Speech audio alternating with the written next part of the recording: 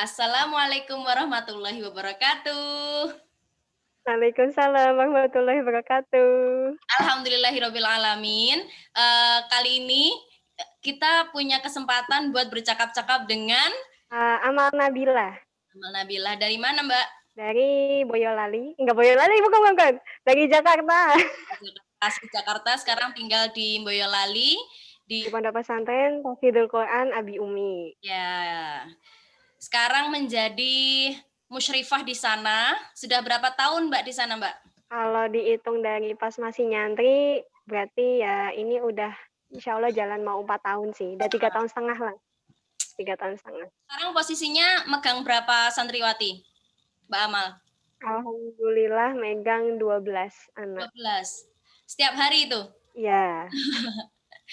Sebagai ya pemandu tahfidzul Quran ya, Masya Allah.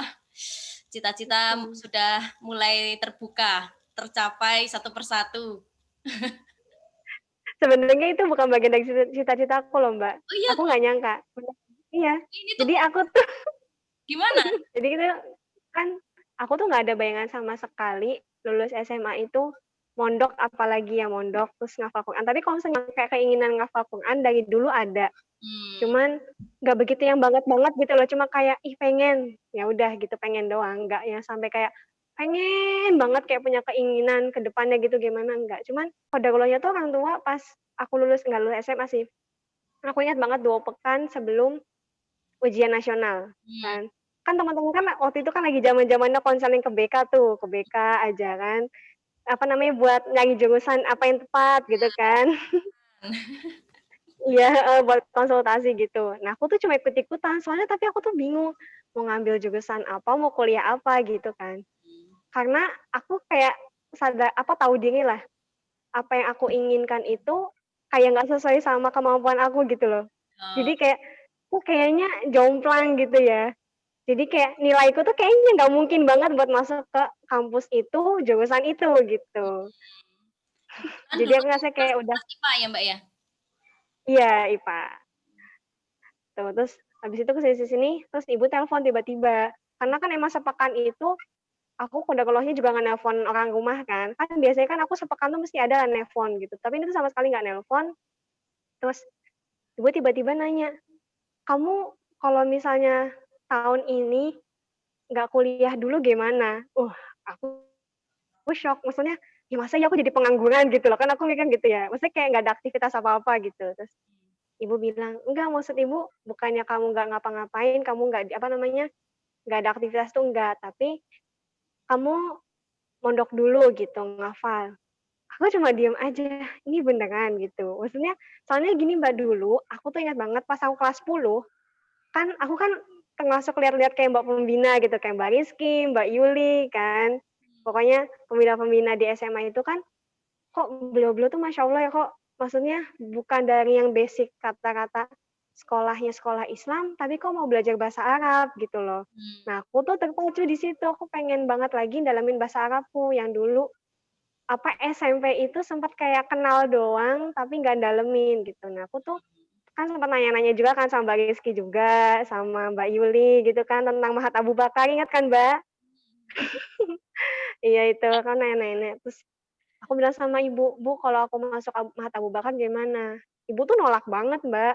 Ibu Hmm. tuh sampai kayak mikirnya, "Kamu ngapain masuk jurusan bahasa Arab?" Gitu. "Kamu nanti mau kerja apa? Kamu mau dapat apa gitu loh dari bahasa Arab itu?" Ibu tuh mikirnya gitu. Sampai saya mikir, "Kok bisa ya Bu ngomong gitu?" Tapi saya tuh belum, apa ya, saya tuh nggak tahu namanya kayak kekeh banget kayaknya suatu saat aku bisa belajar bahasa Arab gitulah. Maksudnya bisa yang dalemin, bener-bener dalemin banget gitu. Terus sampai aku mikir, "Ya Allah bisa nggak ya bisa nggak ya?" Tapi aku yakin bisa gitu. Sampai kok tiba-tiba ibu tuh kebuka gitu loh, sampai, "Ibu beneran ini Ibu nggak bohong kan nyuruh aku mondok?" Gitu. Maksudnya kayak amazed banget gitu loh, ibu tuh bilang kayak gitu. Terus ternyata ya mumpung ibu ini loh ngizinin, ibu buka pintu loh, daripada nanti ibu nggak buka pintu keridoan, nanti ibu tutup lagi gimana, mau nggak? Gitu. Terus, "Ya udahlah Bu, bismillah, ya aku mau," gitu.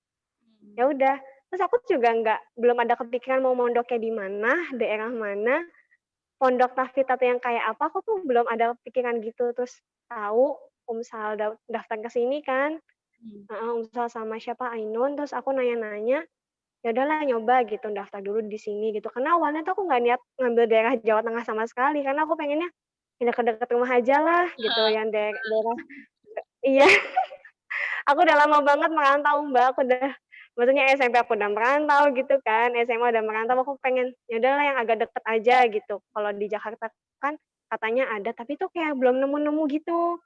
Kan ya pengennya sih nyari yang bener-bener masih dasar banget ya, soalnya kan aku juga tahu diri, aku tuh belum ada basic ngafal sama sekali gitu kan.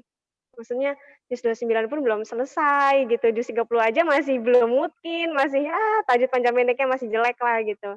Jadi aku nyari yang bener-bener dari nol banget, yang bisa nerima orang yang udah seusia gede segini gitu kan. Ternyata susah sih pas zaman itu susah banget. Aku ingat banget susah banget nyari ke mana-mana, yang dari Facebook lah, yang dari offline lah, maksudnya ibu juga survei-survei gitu pas aku masih SMA, ternyata belum dapet-dapet. Terus kata ibu, "Ya udah nyoba aja daftaran di Boyolali itu tempatnya UNSAL," gitu. Ya udah nyoba daftar, itu aku sempat gak nyangka gimana ya, maksudnya kayak, kayaknya ini bohong deh nyeleksi, maksudnya kok bisa keterima gitu. Tapi alhamdulillah gitu, sampai sekarang gitu. Masih kayak, apa ya, Nggak nggak nyangka nyangka gitu. Nggak nyangka banget, Mbak, nggak nyangka. kan, Mbak Amal ini kan ad anak tengah ya? Anak tengah dari 2 anak terakhir ya? Iya, Anak bontot dari 2 kakak perempuan. iya bener. Heeh, terus, komentar kakak-kakak itu apa ke kamu yang sekarang? Kalau kakak yang kedua sih, alhamdulillah ya dia, apa namanya, beliau tuh mendukung karena, apa ya, beliau tuh yang nomor 2 itu hampir 11, 12 lah sama aku gitu loh, maksudnya kita nggak beda-beda jauh gitu loh, justru malah Mbak, aku tuh kaget banget. Jadi, kita tuh kayak kebalikan, kakakku yang kedua sama aku. Jadi, kakakku yang kedua itu menginginkan posisinya seperti aku, Heeh, mondok, ngafal, belajar bahasa Arab. Nah, mmm, kalau aku pengen di posisi dia, mhm, maksudnya yang bener-bener dia alhamdulillah sih kakakku yang kedua itu kan beliau aktif di, apa namanya, dakwah kampus gitu kan. Nah, aku tuh pengen kayak gitu, maksudnya dakwah kampus, dakwah ke masyarakat, terus jadi relawan juga gitu. Nah, aku tuh pengen yang itu, ternyata qadarullah-nya tuh kita kayak menginginkan suatu hal yang ternyata dipegangnya tuh sama, apa ya, nggak sama kita tapi dipegang sama saudara kita gitu loh, kayak udah terwakilkan gitu. oh gitu, cukup kayak gitu, Mhm. maksudnya diwakilkan sama saudara udah cukup bagi Mbak Amal? Sebenarnya enggak sih, Mbak, enggak banget. Jadi kayak masih ada rasa kayak, ya bismillah lah gitu. Tapi, kalaupun emang belum dapet kesempatan seenggaknya, ya berusaha buat mencoba dapat kesempatan itu gitu loh. Suatu saat pastilah insyaallah bisa gitu. Insyaallah.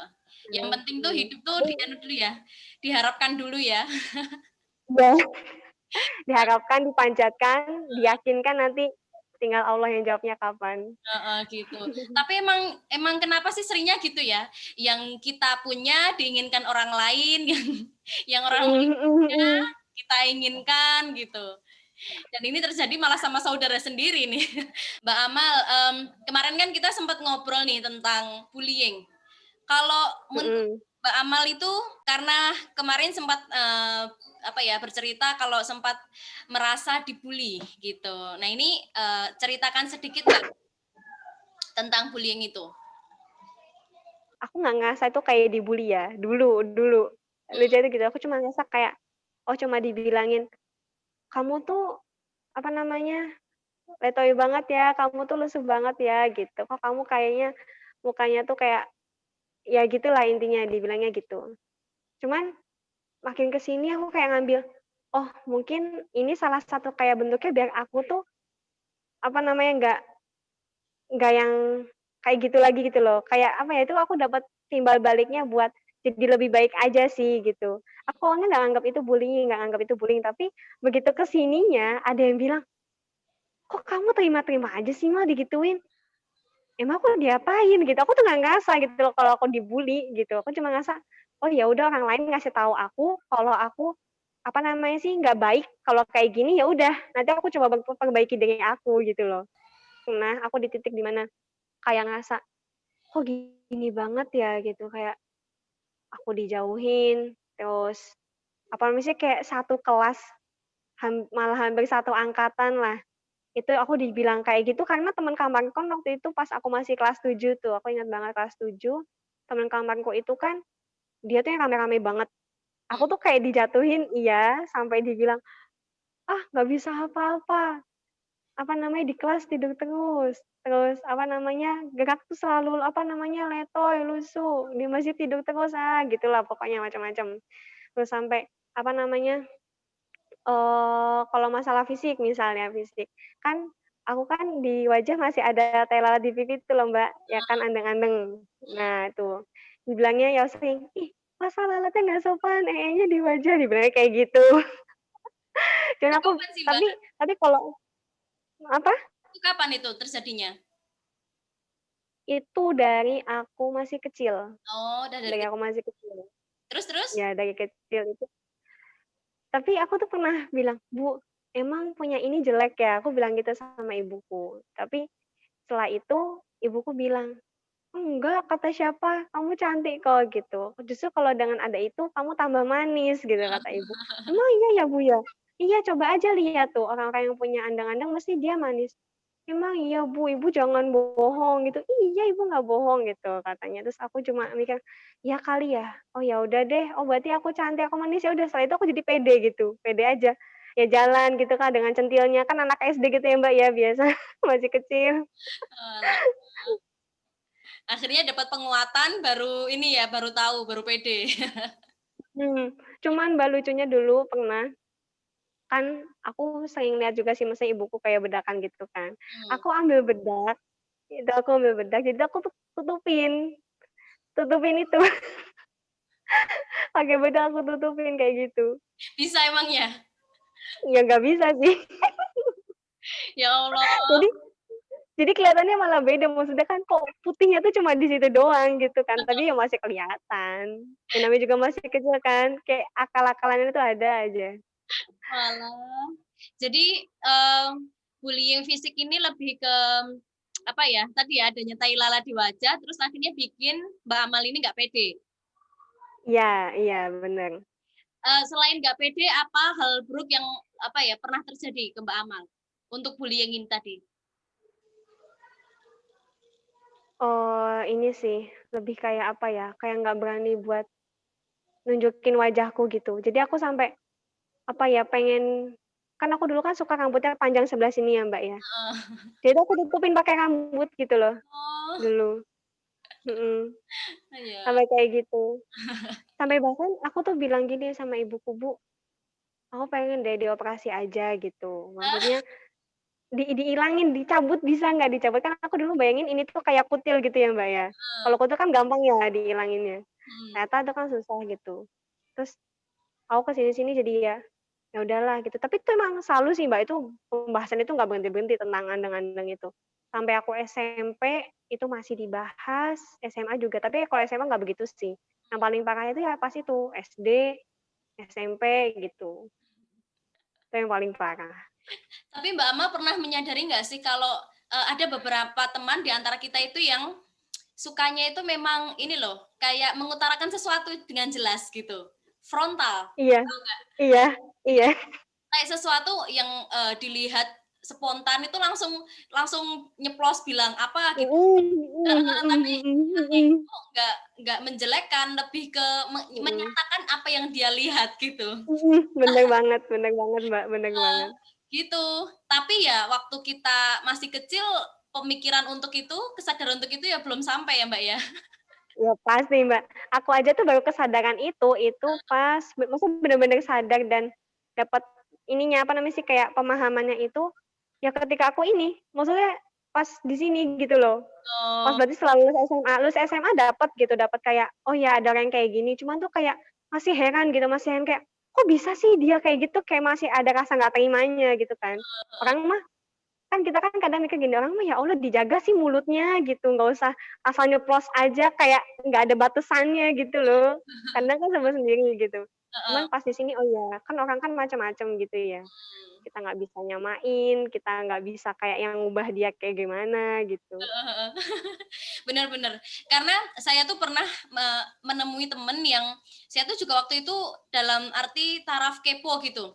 Kamu tuh kenapa sih, sesuatu itu kayak diungkapkan, apa-apa itu diungkapkan. Misalkan ini gendut dibilang gendut, ini kurus dibilang kurus gitu. kayak kayak nggak ada omongan lain gitu. Terus dia bilang, ya aku cuman mengungkapkan gitu. Ya Allah, kamu mengungkapkan, tapi bagi dia itu tekanan gitu kan. Ya tadi Iya, kayak iya, iya, benar. kayak Mbak Amal itu kan tadi sempat jadi nggak pede sampai berusaha buat nutup-nutupin kayak gitu kan. Kan jadi ganggu psikis gitu loh. Nah, Iya, orang iya, yang iya. terlanjur ngomong kayak gitu, ya mereka nggak merasa itu menyakiti. Mhm, mhm, Jadi mhm. communication-nya tuh di sini. Perlunya kita itu untuk ya menyadari bahwa ada banyak orang yang seperti itu dan apa? Ya kita memaklumi emang susah sih. Mhm, mhm, Contohnya kan mhm. kita itu memang mempertimbangkan nilai ya, Mbak ya. Iya, iya, benar, benar. Heeh. Kita tuh semakin besar, Mbak Amal nyadar nggak sih semakin besar tuh yang kita kejar tuh apa? Apa ya, kayak jati diri lah. Jati diri. Jati diri itu termasuk apa, Mbak? Nilai. Iya, iya, benar, benar. Iya, benar. Nilai. Kayak Itu mhm, mhm. kita tuh ngejar nilai, Mbak. Di sekolah, di rumah, semuanya tentang nilai. Nilai dari raport, nilai dari guru, Mhm, nilai dari orang tua, mhm, nilai dari teman. mhm. Kita tuh ngejar itu. Ya, sampai kita tuh melupakan nilai kita yang sesungguhnya, ya kan? Iya, iya, benar. Nilai yang akan dihisap nanti gitu, sampai kita melupakan itu gitu. Jadi ya sampai gede ini juga saya juga dulu pernah merasakan bullying kayak gitu juga rasanya dipikirkan terus sampai juga bingung harus menyikapinya gimana gitu loh Mbak. Saya kan ini ya, kalau saya itu kan lebih ke nggak berkembang tinggi. Iya kan Mbak, kan tahu sendiri kan Mbak Amal tuh. Saya tuh Ah, iya, iya, iya. dibilang, "Ini kok Mbak Pembina sama ya kayak muridnya ya?" Gitu kan. Terus saya bilang, "Ya emang saya segini, cukup segini." Tapi kok semakin sering orang ngomong gitu tuh kayak semakin nggak bisa mengendalikan gitu loh. Ternyata selama ini tuh kayak saya membuang waktu ternyata untuk memikirkan hal-hal kayak gitu. Astagfirullah. Alhamdulillah, iya sih, Mbak, benar, benar, benar. Gitu. Ini tuh nilai apa sih yang saya kejar gitu loh. Tentang ya ini sesuatu yang nggak bisa dirubah gitu kan. Ya karena kan orang mah udah dapat porsinya masing-masing gitu kan, tentang tampilan udah segini, Iya. penampilan begini. Kemarin tuh saya ini, apa, dengarkan ceramahnya Ustadz Felix Show. Kenal Mbak Amal? Mhm. Kenal? Kenal, itu termasuk favorit saya, Mbak, Apa? termasuk favorit saya. Oh, Sepekan tuh masih ada yang waktunya saya nonton videonya beliau gitu. oh, jadi anu ya, ada waktunya untuk belajar dari beliau. Iya. Saya juga, memfavoritkan beliau ya karena pemikiran yang idealis dan sangat-sangat Mhm, mhm. filosofis gitu untuk menyatakan sesuatu. Nah, Iya, heeh, heeh. suatu saat tuh pernah menyatakan begini, apa namanya, eee, kita itu punya takdir. Nah, takdir itu dalam Al-Qur'an kan dinyatakan, eee, Allah itu akan memberikan keadaan kepada suatu kaum kalau kaum itu mau mengubah keadaan mereka, ya kan, Mbak? Mhm, Ada juga mhm, di mana Allah itu, berkehendak atas apa kehendaknya. Jadi semuanya itu berjalan mhm, atas kehendaknya. Terus mhm, mhm. di kebanyakan manusia ini bingung, sebenarnya tuh takdir tuh bisa kita kendalikan apa enggak? Apakah kita berpasrah pada Allah atau kita bisa mengendalikan gitu. Lah Mhm, mhm. kalau ini versi ya, jadi versi itu ada benar salah sih. Kalau ini versinya beliau, itu yang membuat apa ya, referensi juga sih bagi saya, itu adalah takdir itu memang ada dua. Yang pertama yang tidak bisa dirubah dan yang kedua yang bisa kita rubah. Yang pertama yang tidak bisa dirubah itu salah satunya adalah hal-hal yang memang sudah diberikan Allah seperti halnya fisik kayak gitu. Kita diberi fisik yang bentuknya seperti apa, lahir harus apa namanya punya kaki berapa, tangan berapa, kayak gitu kan hal-hal yang Allah sudah berikan, tetapkan dan tidak bisa manusia rubah. Ya walaupun zaman sekarang kan sudah ada teknologi canggih buat merubah gitu kan Mbak. Cuman kan tetap hal itu tidak ada di tidak ada di apa ya, tidak ada di pelajaran agama kita gitu loh. Iya iya, heeh. Terus yang kedua itu takdir yang bisa dirubah, yaitu jalan hidup kita gitu. Termasuk juga ketika Allah apa fahadainahun najdain. Allah itu memberikan jalan dua apa namanya? Dua arus ya. Mau Mhm mhm. kanan atau mau pilih ke kiri gitu. Nah, itu Mmm. takdir yang kita tentukan gitu. Saya jadi nah, itu menambah referensi yang akhirnya membuat astagfirullah gitu. Itu bullying tentang body shaming itu ngapain saya pikirin gitu loh. Itu Mbak Amal jadi ya. Ya gitu sih. Saya pengen tahu sebenarnya pengalaman-pengalaman dari orang-orang yang pernah mengalami itu dan bagaimana mereka mengalami, termasuk Mbak Amal sih, bagaimana Mbak Amal mengalami ini dan bagaimana Mbak Amal mengatasi ini gitu. Tadi kan akhirnya Mhm. sudah menemukan ini ya Mbak ya, sudah menemukan titik terang ya Mbak ya. Udah. Ya, alhamdulillah. Karena masih sampai tua pun banyak Mbak yang hal-hal fisik kayak gini tuh tetap dipikirkan Mbak. Tetap Mhm mempercantik diri, mhm. tetap apa ya, bimbang dengan apa yang dia dapatkan gitu loh. Ya itu tadi, Mmm. semua untuk nilai. Tapi tinggal ini aja nilainya itu kita buat apa gitu tujuan utamanya si nilainya ini nanti. Betul. Betul betul. Cuman kalau kita apa ya, kalau kita dalam bermuamalah memang nilai ini penting nggak penting sih Mbak. Kok bisa? Iya, misalkan gini, dalam bermuamalah nih ya, contohnya ini kita sendirilah, Mbak Amal lah. Mbak Amal kan Mhm. sebagai musyrifah di pondok pesantren, di mana Mbak Amal ini tadi udah megang 12 santriwati. Nilai kalau Mbak Amal ini mempunyai nilai yang bagus, Mbak Amal itu punya pengaruh dan akhirnya berhasil. Kalau Mbak Amal ini Mhm. nilainya kurang bagus, Mbak Amal akan gagal dan ya itu tadi, nilai ini yang akhirnya membentuk kepercayaan, gitu. Bagi manusia kan semua hal-hal yang bisa terlihat toh Mbak yang dinilai itu, yang Nah, nggak iya terlihat bener banget, Mbak, bener banget. ya, yang nggak terlihat tuh udah urusan nanti-nanti gitu loh. Siapa yang mau paham aja, yang nggak paham ya ini, gitu. Jadi ya, penting nggak penting sih nilai itu, cuman ya kita perlunya untuk mengarahkan gitu. Nilai ini tuh semata-mata untuk manusia atau semata-mata untuk gitulah Allah. Mbak Amal, ini menarik sih tadi sebenarnya. Kenapa Mbak Amal itu punya prinsip yang kuat? Ini kita udah selesai bahas tentang bullying ya, yang tadi udah Iya. di-share sama Mbak Amal.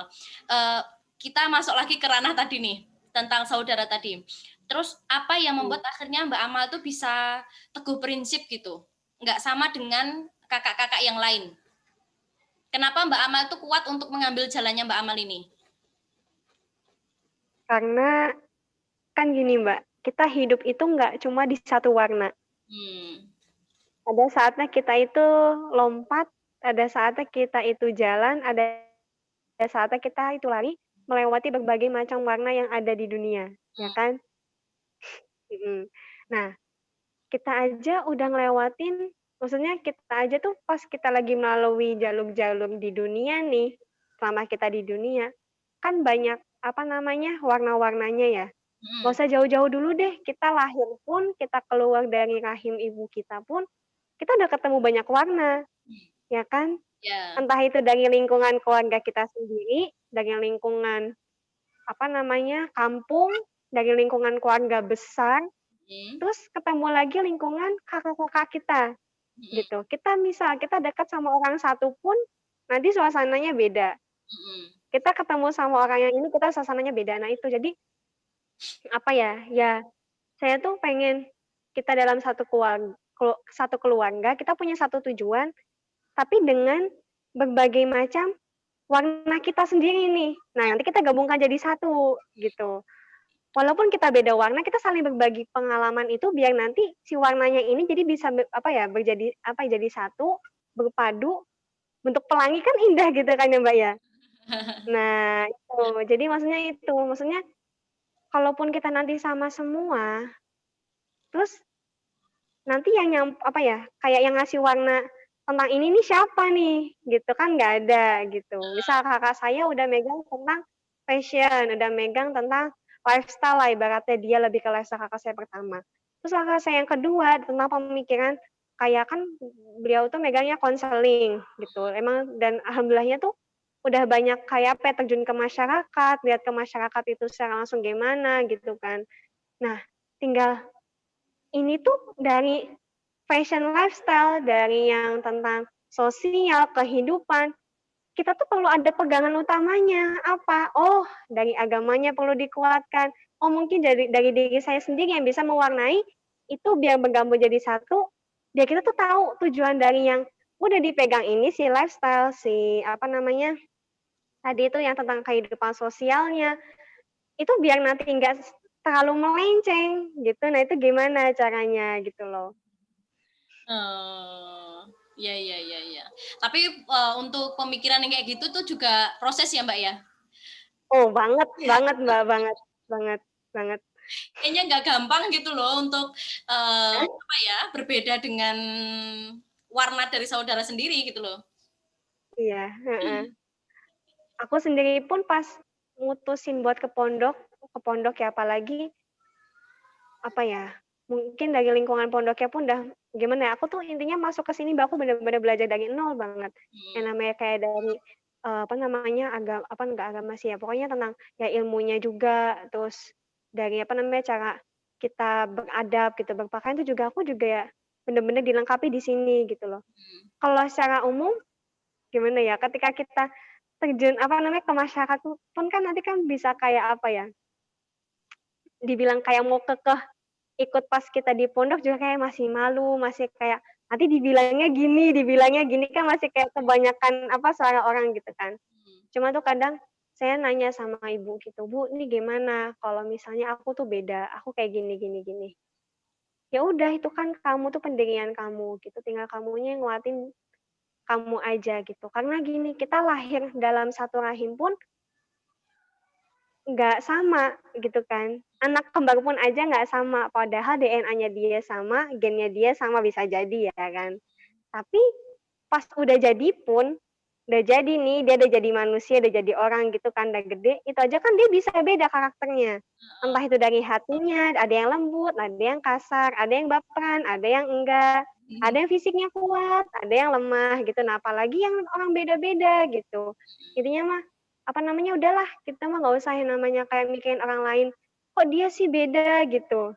Kita aja dari rahim sendiri aja tuh udah beda-beda gitu loh. Allah tuh nyiptain beda-beda tuh biar kita tuh saling melengkapi gitulah. Tuh, ibu sih selalu bilang kayak gitu sih. Kadang kita pun kan ya apalagi saya ya, Mbak, ya, saya sama kakak saya yang kedua itu kan kita kan 11, 12. mhm, Kadang kita tuh kayak mikirin, "Bu, gimana ya, Bu? Kan Mbak saya yang pertama ini kan ya maksudnya kalau dibilang katanya bandel sih ya emang bandel gitulah, tapi kita tuh pengen kayak ngajak biar bandelnya dia tuh kalau bisa ya ya maksudnya yang berfaedah lah gitu, maksudnya bedanya itu yang berfaedah gitu loh, bisa kayak lebih lurus lagi gitu.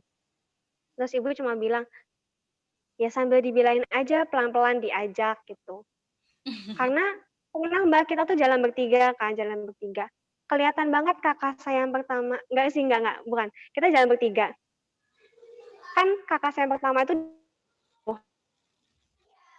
paling heboh banget orangnya mah. Nah, pokoknya kalau di mall gitu. Kalau saya mah anteng gitu, paling kalau ketemu mau apa nanti lihat, "Ih, Mbak itu bagus," gitu. Nah, kalau Kak saya pertama, "Eh, bagus deh, ayo kita ke sana," sampai narik-narik gitu kan. Saya kalau dibilang, "Ya Allah malu banget ini gimana ini," gitu, "ya Allah," kalau dibilang tuh malu Mbak, malu gitu. Cuman nah, terus habis itu dari situ saya belajar, oh mungkin ini keunikannya gitu loh, maksudnya biar kita tuh kalau jalan, kita jangan sepaneng gitu, maksudnya ya agak, apa namanya sih, happy dikit lah gitu. Kalau jalan tuh jangan diem doang gitu, antang gitu. mmm, Pernah tuh kakak saya tuh nyeletuk banget, Mbak. Itu bikin saya ini sih kayak apa ya, nggak sakit hati kayak, "Ya Allah kok dia mikirnya sampai segininya ya?" Gitu ternyata. Dia tuh pernah nyeletuk, "Jangan bilang ya kalian berdua itu pas jalan sama aku dibilang malu-maluin," gitu. Saya langsung, "Kok bisa dia kepikiran kayak gitu ya?" Padahal kita nggak ngomong, kita nggak pernah ngomong tentang itu gitu loh, kok tiba-tiba kepikiran ke situ. Loh, kok kamu kepikiran gitu sih, Mbak? Ya siapa tahu aja, kan aku tahu diri lah gitu, aku tuh berisik orangnya, aku nggak bisa diem, terus kalian diem, anteng gitu kan. pakaian kalian juga ya beda lah sama aku mah nggak usah dibilang gitu. Sorry ya kalau aku bilang kalau aku malu-maluin kalian kalau di tempat umum gitu. Ya kita dibilang kayak, ya sedih sih maksudnya kok dia bisa bilang kayak gitu loh. Tapi kalau misalnya kita mikir lagi, masa iya sih kita mau bilang saudara kandung kita sendiri itu malu-maluin gitu loh. Padahal dia maksudnya nggak punya kelainan kan nggak ada, harusnya tuh kita lebih menghargai lagi gitu loh. Mhm. Aku tuh sampai ngambil pelajaran gini, orang yang saudaranya aja punya gangguan kelainan kayak misalnya apa, Down syndrome, itu kan kebangetan banget ya, Mbak, ya, kayak wajahnya aja udah beda, cara bicaranya, fisiknya aja udah beda gitu loh. Mereka aja tuh bisa saling bersinergi, saling apa, yang menularkan energi positif gitu loh, saling mendukung, saling kerjasama. Kok kita yang cuma beda sikap, karakter aja kok nggak bisa gitu loh. Nah dari situ kita coba yuk sama-sama nguatin gitu. Oh, alhamdulillah ya. Karena kalian tuh juga jaraknya cuma 1 tahun ya? Iya. 1 tahun 1 tahun? Tapi kalau misalnya ini kakakku yang pertama sama kakakku yang kedua itu 1,5 tahun. Oh, tetap itu tipis banget kalian sekarang mendewasa bersama. Heeh. Iya bener bener, alhamdulillah. Ya Allah. Good, good. Ini apa namanya pengalaman yang sangat berharga. Tapi Mbak, ini paling penting. Tadi jadi kepancing sama omongannya Ibu ya. Kan sempet tadi, kalau kamu belajar bahasa Arab, kalau kamu belajar di pondok, belajar ini, kamu nanti mau kerja apa, mau ini apa. Nah, Mhm mhm. respon Mbak Amal setelah akhirnya terjun ke dunia yang agak berbeda dari kebanyakan orang, yang maksudnya Mhm. kurang banyak diminati orang-orang. Apa Mbak Mhm. pesan dan kesannya? Kalau saya mikir gini, Mbak, kita kan belajar, kita cari ilmu tuh bukan tujuannya buat cari kerja, Hmm. ya kan? Kita buat mendalami sebuah ilmu. Untuk masalah kerja, rezeki, itu iya pasti ada Allah yang ngatur, tapi kita tetap ada usaha nih. Usahanya apa? Kita coba cari gimana kita bisa dapat peluang dari situ. Hmm. Walaupun misal nih, kita kan saya ya memang saya, apa namanya, suka tentang hal bahasa gitu, bahasa Arab, terus apa namanya, yang berbau sastra tuh saya suka. Hmm. Tapi saya yakin untuk dapat kalau dibilang mah penghasilan ya, kalau zaman sekarang ya rezeki gitu, penghasilan dari itu emang nggak gampang banget, apalagi orang yang ngambil bahasa Arab. Hmm. Kalaupun dia mau jadi penerjemah pun, nggak segampang kayak orang, "Alah tinggal nerjemahin, masuk ke mana itu, video maker," misal artiin apa namanya, bahasa Arabnya gitu. Itu kan itu nggak apa namanya, nggak gampang. Kita harus dapat sertifikat dulu, pengesahan, kita dapat syahadah, biar kita nanti udah sah, dapat apa namanya sih, persetujuan kita bisa jadi translator gitu kan, gitu. Kalau saya sih mikir, ya udahlah kita belajar, kan buat cari ilmunya gitu loh, buat ambil pemahamannya biar kita tuh bisa memahami apa yang kita inginkan gitu. Bukan masalah rezeki, kalau rezeki kita mau cari uang, kan bisa dari jalan lain, kita cari peluang lain gitu. Misal kayak dari dagang lah, kan, jadi wirausaha gitu kan emang apa salahnya seorang wirausahawan yang bisa bahasa Arab dan lain sebagainya kan gitu. Nah, jadi dari situ saya apa ya, intinya kalau kalau ibu sih alhamdulillah udah kayak nanamin dari kita masing-masing, ibu harap anak ibu masing-masing punya usaha, maksudnya bisa, apa namanya, jualan lah gitu, jualan walaupun kalian yang nggak menjualkan, tapi kalian jadi apa ya, kayak owner-nya dulu gitu loh, owner-nya yang bisa, apa namanya, memahami tentang, apa namanya sih itu, wirausahawan gitu loh. Nah itu dari situ. Jadi intinya, ya aku cuma bilang aja sama apa kan awalnya tuh ibu tuh gini Mbak uniknya, bilang, "Kamu kuliah itu kan bukan buat cari kerja, tapi buat apa namanya, buat cari ilmu." Hmm. Nah, dari situ saya udah ketanam, oh ya buat cari ilmu ya udah maksudnya nggak terlalu terpaku banget cari kerja dari situ gitu kan. Tapi lucunya pas ya udah saya SMA, kok ibu bilang gitu kan, saya mikir, kok ibu bilang gitu sih? Nah saya juga bilang balik ke ibu, bukan ibu bilang kalau misalnya kita kuliah itu kan bukan cari uang kan buat gimana nanti ke depannya kan. Tapi ibu juga jawab lagi, "Tapi Mbak, tapi Dek," gitu, ibu manggil aku Dek nih. "Tapi Dek kan kalau misalnya orang udah kuliah itu otomatis ya nanti ijazahnya ya buat cari kerja juga kan," gitu. Tapi saya bilang, "Tapi kan nggak semuanya kayak gitu Bu, kan banyak juga orang yang dia jurusannya matematika, pendidikan matematika, tapi dia nggak ngajar matematika juga kok. Dia malah misal jadi motivator, dia malah jadi penulis, Hmm, jadi apa gitu. heeh, Justru bisa jadi tuh rezekinya dia itu asalnya bukan dari apa yang dia kejar. hmm, Maksudnya bukan dari apa yang dia kejar saat itu. Bisa jadi apa namanya, dari jalan lain, dari hobinya dia lah, dari apa namanya sih, yang dia inginkan dari dulu, tapi baru kesampaiannya sekarang gitu loh. Kayak misalnya penulis itu kan apa ya, dari bakat atau hobi ya Mbak ya gitu hmm. kan. Nah, Mhm. gitu. Ya, jadi untuk belajar tetap utamanya untuk mencari ilmu, mengembangkan ilmu, ya, untuk memperbaiki diri, gitu. Mhm, Kalau masalah rezeki itu nanti insya Allah akan ada jalan lain, gitu ya. iya, heeh. Jadi nggak Tapi bukan berarti cuma nunggu aja gitu nanti rezeki datang, tapi tetap diusahain gitu. harus tetap ikhtiar, gitu. Anu ya Mbak ya, terakhir nanti kita lanjutkan ke pertemuan berikutnya. Terakhir nih, pesan Iya. dari Mbak Amal apa? Kita itu hidup nggak selalu sama, Hmm. ya sama orang yang sama, lingkungan yang sama, kita bisa berbeda-beda, tapi gimana kita di keadaan yang berbeda-beda itu, kita bisa, apa ya, nggak mencampur jadi satu, tapi kita bisa mendominasikan diri kita sendiri gitu loh. Jangan yang namanya kita misal kita di warna kuning, ya kita jangan sampai kayak bunglon, nyesuaiin warna gitu, ya udah kita jadi diri kita sendiri aja gitu. Kita mencoba jadi diri kita sendiri, dengan kita yang seperti ini, ya bismillah nanti ada jalannya gitu loh. Nggak selalu sama nanti kita apa namanya, takutnya nanti kita nggak tenar kalau kita misalnya nggak sama. Oh ya udah kan masalah ketenaran, masalah apa ya, kayak dia nanti dihargai atau nggak dihargai itu kan nanti urusannya belakang gitu loh. Intinya kalau misalnya apa-apa kita udah diniatkan jangan mencari penilaian manusia itu nanti insya Allah akan dibukakan tersendiri gitu nanti, ke Oke. depannya gimana rezekinya, gimana kita jadi yang terbaiknya gitu. Oke, terima kasih Mbak Amal Nabila untuk pengalaman yang udah di-sharing banyak banget.